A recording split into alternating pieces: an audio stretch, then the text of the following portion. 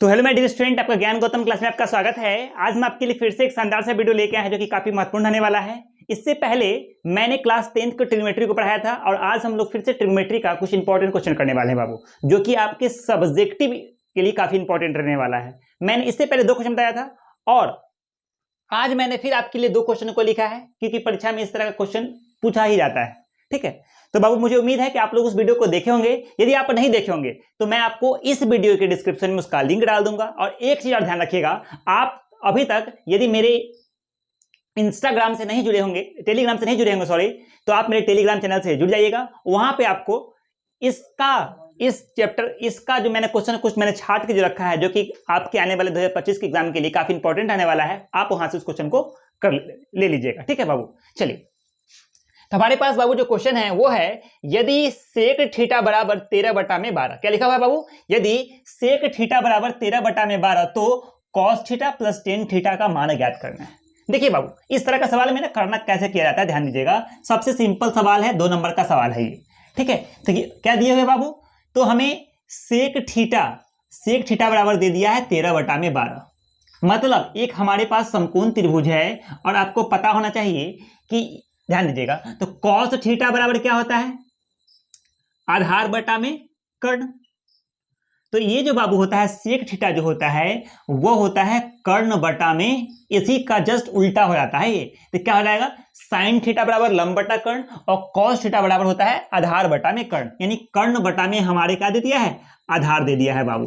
तो ध्यान दीजिएगा, यदि हम इसको एक त्रिभुज लेते हैं, एबीसी त्रिभुज लेते हैं, इसको यदि हम थीटा मानते हैं तो कर्ण तो बाबू मेरा ही रहेगा और आधार हमारा क्या हो जाएगा? 12 हो जाएगा। तो हमें लंब निकालना होगा बीसी का मान।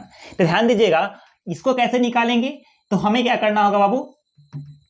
क्या है ये हमारा हो जाएगा लंब हो जाएगा। क्या हो जाएगा? लंब निकालना है। तो लंब निकालने के लिए फॉर्मूला क्या हो जाएगा बाबू?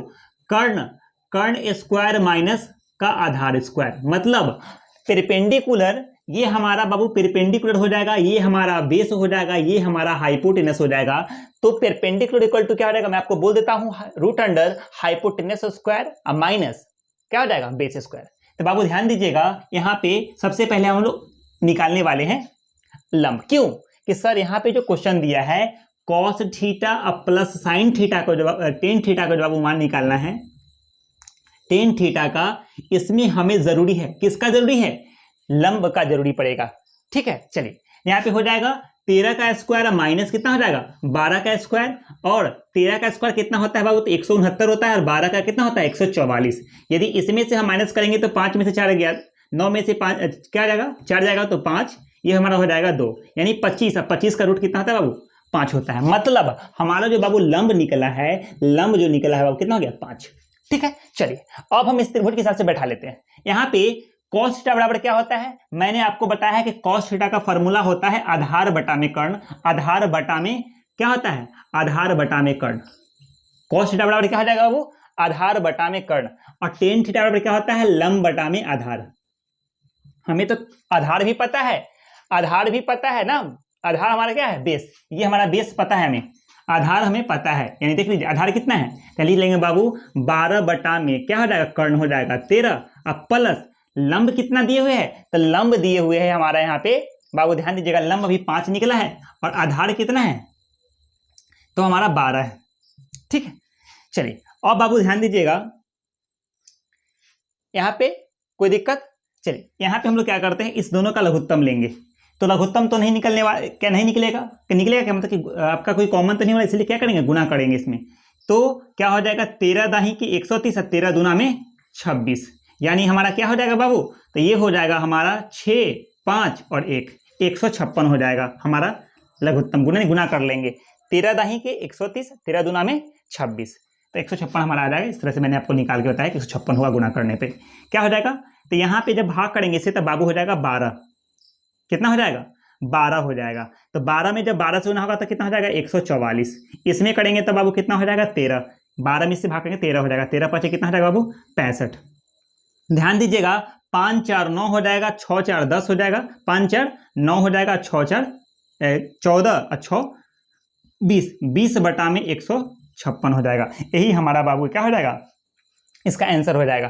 तो कैसे कि सर हमारे पास सेक थीटा दिया तो हमें यहां से लंब निकालना हमें जरूरी हो गया, तो मैंने लंब को निकाल लिया, क्योंकि कॉस थीटा में फॉर्मूला हमको तो इसमें तो नहीं चाहिए था, लेकिन टेन थीटा में हमें लंब की जरूरत है। तो सेक कॉस थीटा बराबर आधार बटा में कर्ण, और टेन थीटा बराबर क्या होता है, लंब बटा में आधार। ठीक है बाबू, तो इसको आपको इस तरह से करना है। आगे बढ़ते हैं बाबू।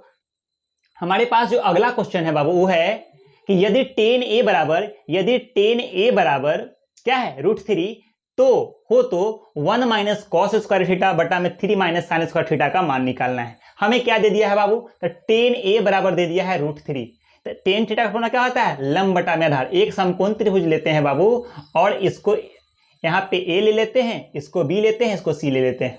ठीक है, इसको यहाँ पे हमको ए को लेके चलना है।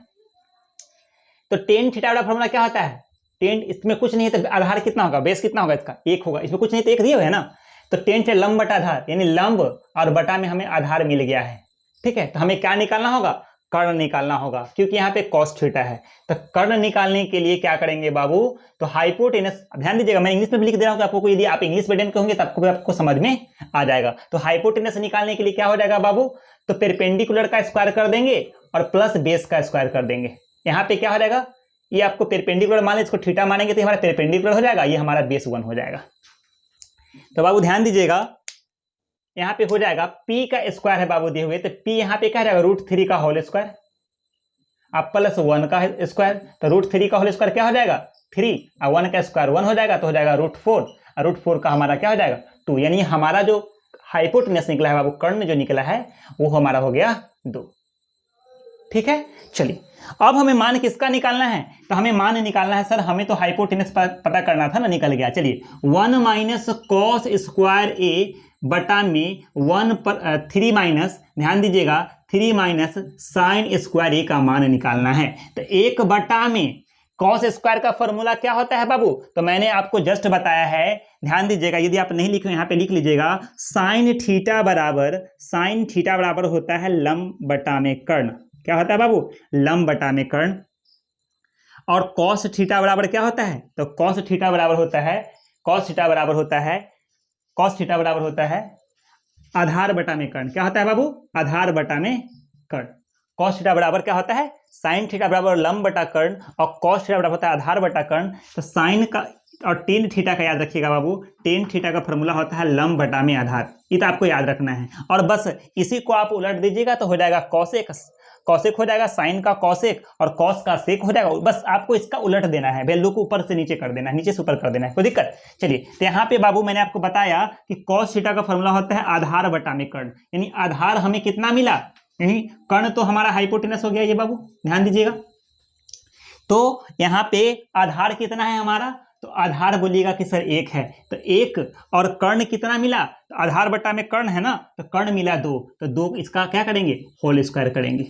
ठीक है, आप यहाँ पे लिख भी सकते हैं कि कौन, यहाँ पे आप फॉर्मूला को भी मेंशन कर सकते हैं बाबू।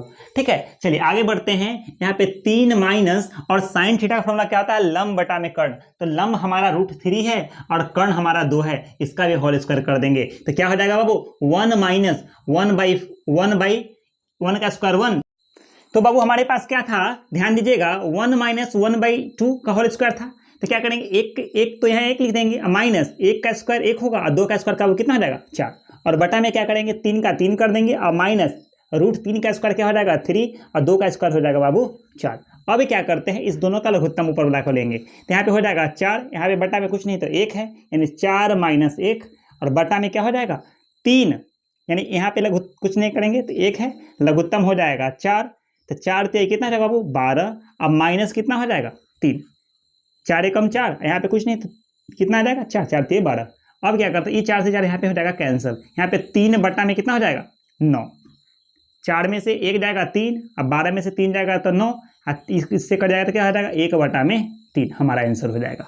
तो मुझे उम्मीद है कि आपको इस तरह का सवाल जो काफी इंपॉर्टेंट है बाबू, जो कि हमेशा पूछा जाता है, आप क्वेश्चन बैंक में भी देख सकते हैं, क्योंकि ये क्वेश्चन इस तरह का ही पूछा जाता है।